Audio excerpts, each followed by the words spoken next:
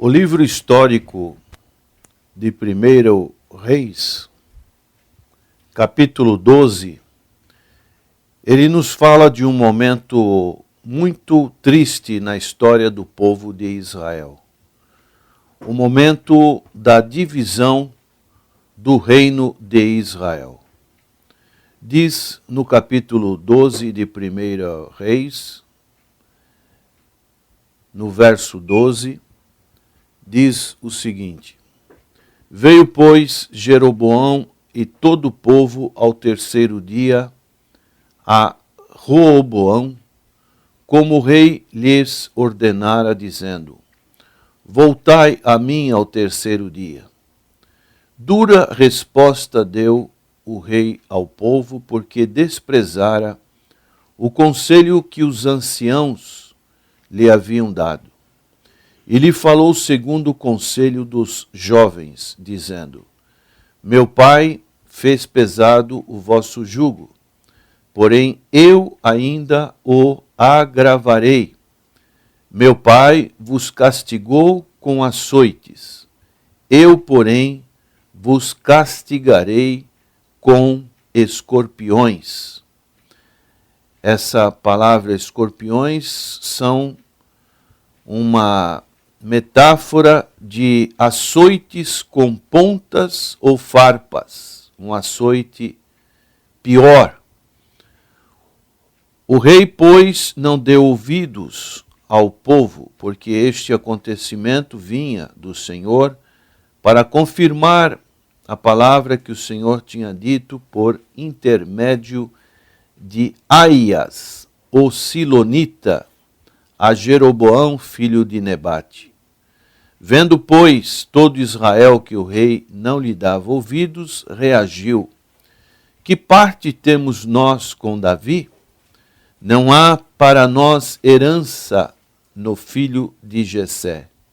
As vossas tendas, ó Israel, cuida agora da tua casa, ó Davi. Então o rei se foi às suas tendas.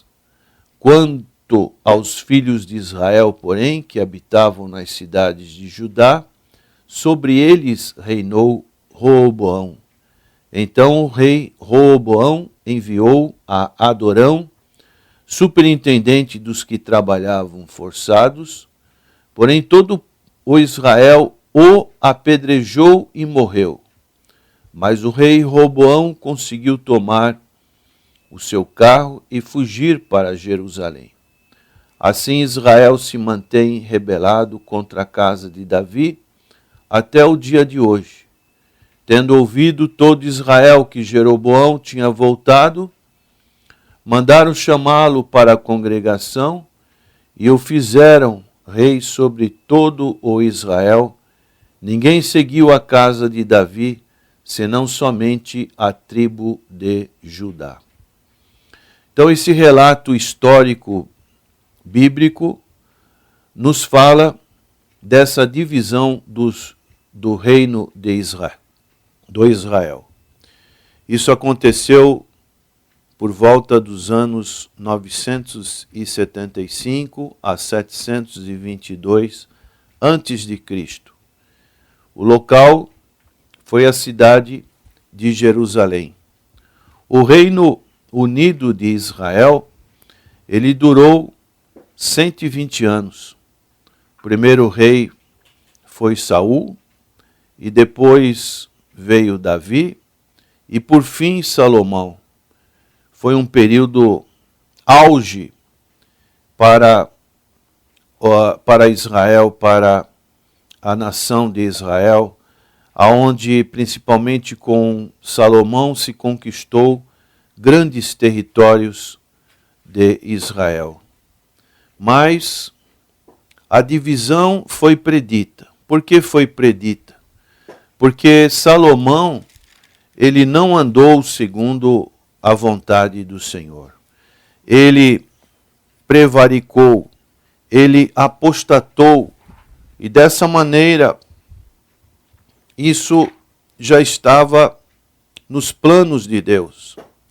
Em primeiro livro dos Reis, no capítulo 11, nós vemos que Jeroboão, filho de Nebate, no verso 26, efraimita de Zereda, servo de Salomão, e cuja mãe era viúva, por nome Zerua, levantou a mão contra o rei. Então, antes, Salomão teve muito período de paz, de harmonia com as nações que estavam ao redor de Israel.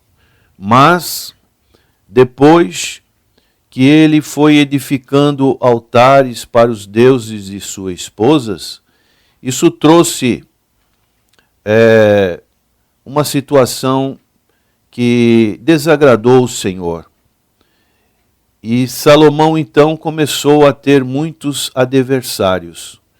Ele tinha não só esse Jeroboão, que era uma pessoa de sua confiança a princípio, uma pessoa que era um comandante dos seus trabalhos forçados, mas Salomão teve também inimigos externos, como, por exemplo, um homem chamado Haddad, que era descendente de Edom, e Edom foi duramente perseguido e muitas lutas no tempo de Davi, e esse remanescente desse povo, quando soube que Davi estava morto, Saul estava morto, ele se levantou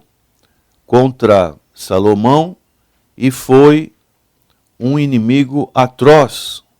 Outro inimigo que se levantou foi um homem chamado Rezon. Então eram inimigos externos levantados por Deus contra Salomão. E agora também se levanta Jeroboão.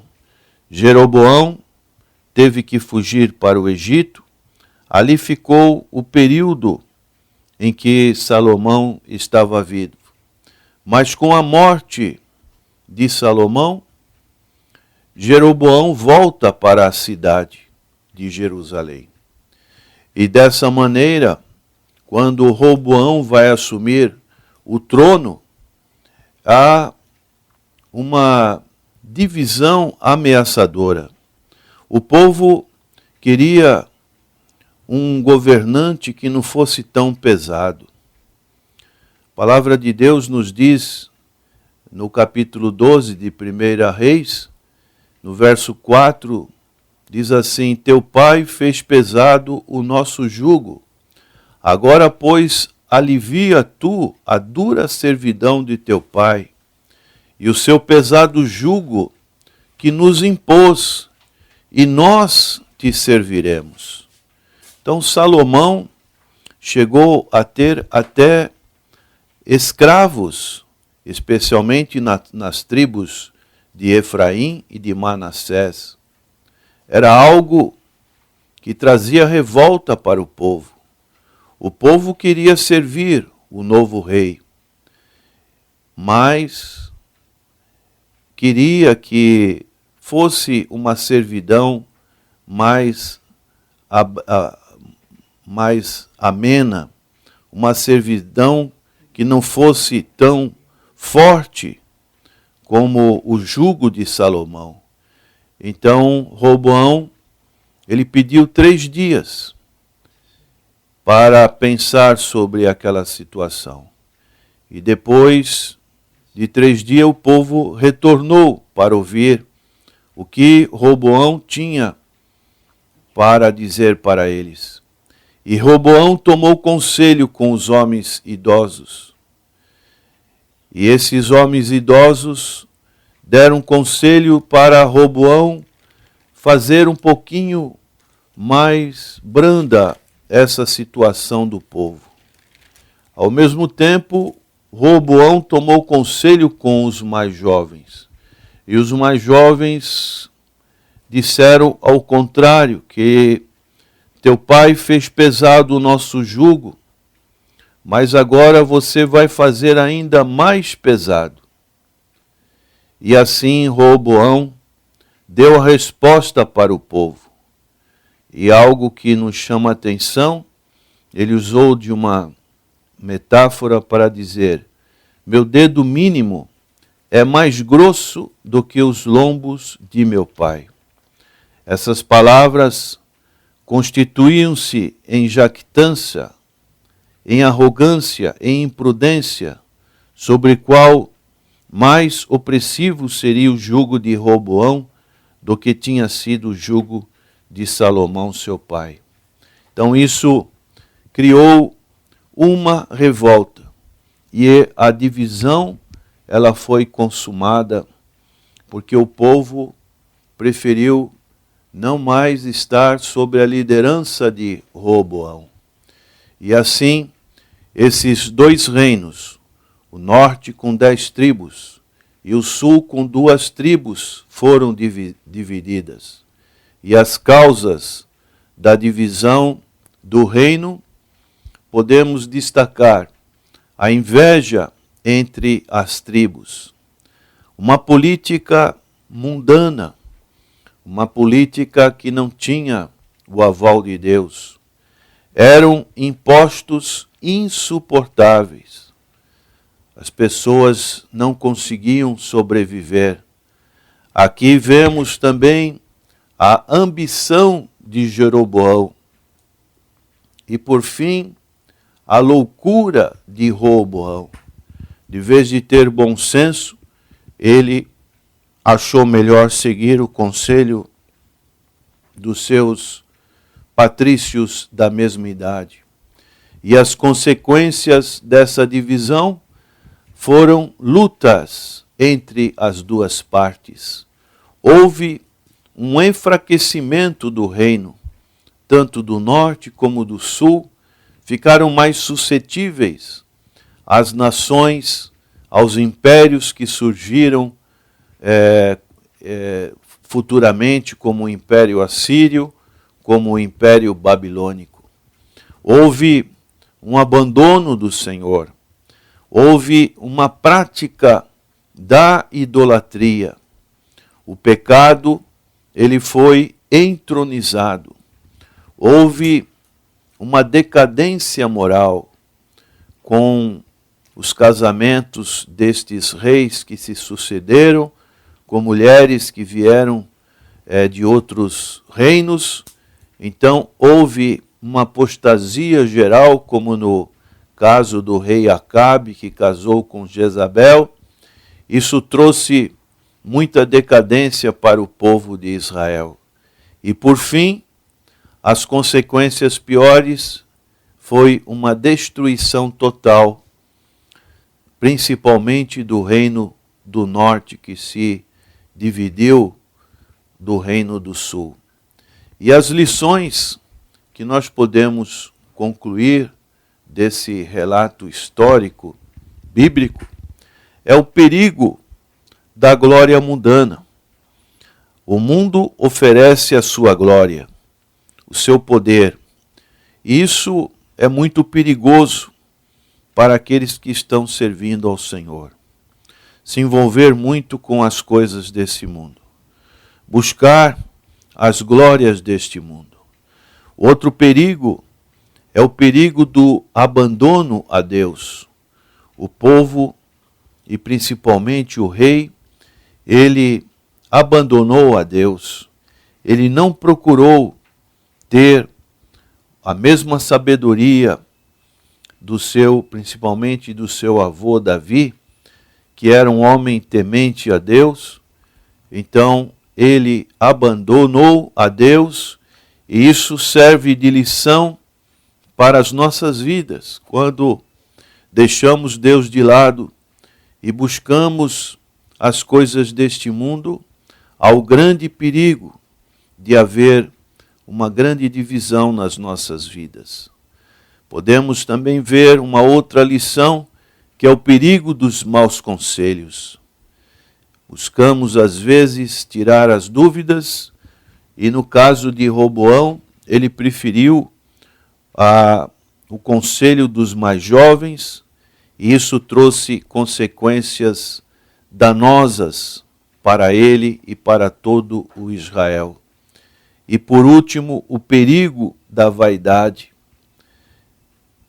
E assim, essas lições são profundamente, nos mostram na história do povo de Deus, o perigo que hoje nós também, que fazemos parte da Igreja do Senhor, podemos ter quando certas coisas acontecem no meio do povo do Senhor, e dessa maneira isso é um perigo, é algo que precisamos estar sempre atentos para que haja uma unidade no povo de Deus. Daí o salmista dizer no Salmo 133, ó quão bom e quão suave é que os irmãos vivam em união, em unidade. É como o óleo que desce sobre a barba de Arão. Ali o Senhor acrescenta a bênção do Senhor. Que Deus possa nos abençoar, que nos dê sabedoria do alto para continuarmos o trabalho do Senhor. Um trabalho coletivo que envolve muitas vidas, mas que possamos sempre depender da sabedoria do alto. Vamos orar. Senhor, que não haja divisão no meio do teu povo também na atualidade, mas que esses exemplos negativos, exemplos de destruição que estão registrados na tua palavra, o teu povo possa tomar cuidado, ó Deus, e assim realizar a tua obra aqui neste mundo. Nós oramos em nome do Senhor Jesus. Amém. Jesus.